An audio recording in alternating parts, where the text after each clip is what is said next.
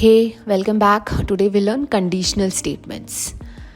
Many times our program needs to take different actions based on some conditions. For example, let's say we want to find if the user is old enough to vote or not. We know that for this, a person has to be 18 years old or more.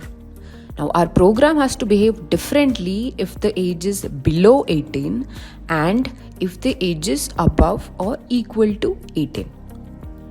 To write a code for this, we use if-else statements. We use the if statement to check for a condition. Now, if this condition is true, we execute the code inside the if block. And if it isn't true, we execute the code inside the else block. Now, there are two things to note here. You see some space before the print statements?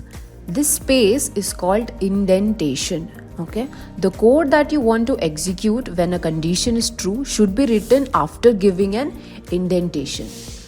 Also, you should always end your if and else statements with the colon. These are the rules for writing conditional statements. That's it with this video. Happy coding!